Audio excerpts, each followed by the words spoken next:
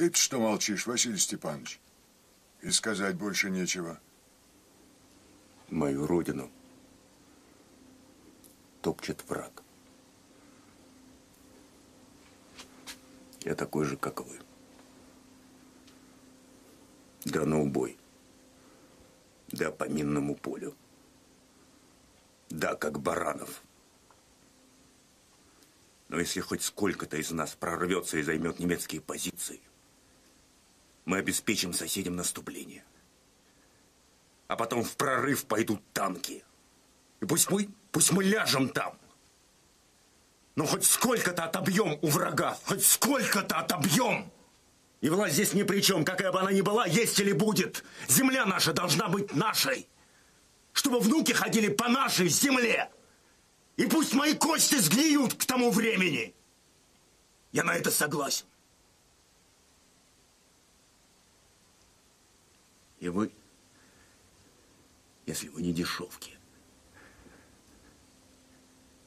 которым только шкура своя дорога, вы пойдете со мной.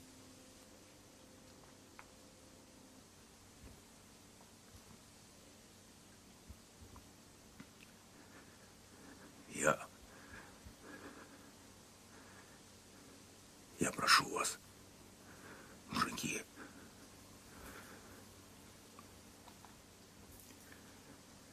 я на колени перед вами встану.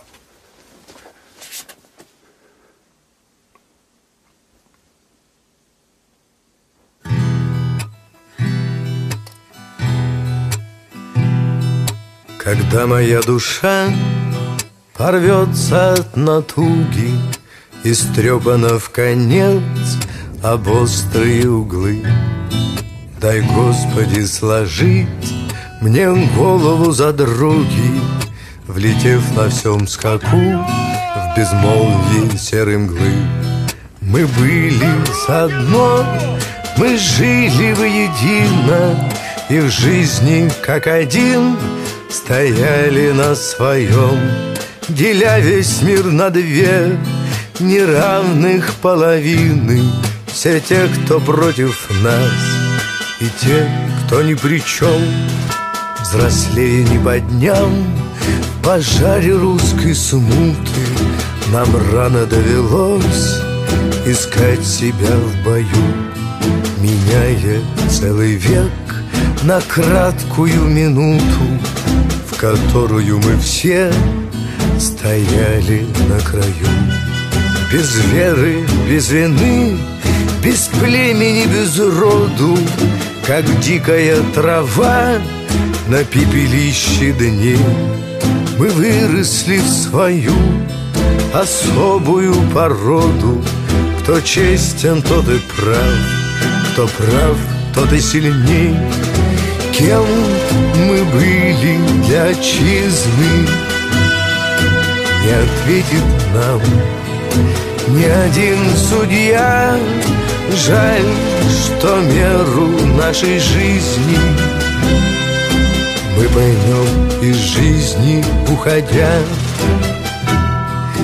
Когда-нибудь потом наступит Божье время, и мудрая любовь зайдет на царский трон, и кто-то вроде нас закинет ногу в стремя, чтоб ехать не на брань, а к Богу на поклон. Но нынче целый мир идет на нас войною, он чует нашу кровь, тем хуже для него. Душа моя чиста, друзья мои со мною, и значит мы еще посмотрим, кто кого. Кем мы были для отчизны, не ответит нам ни один судья.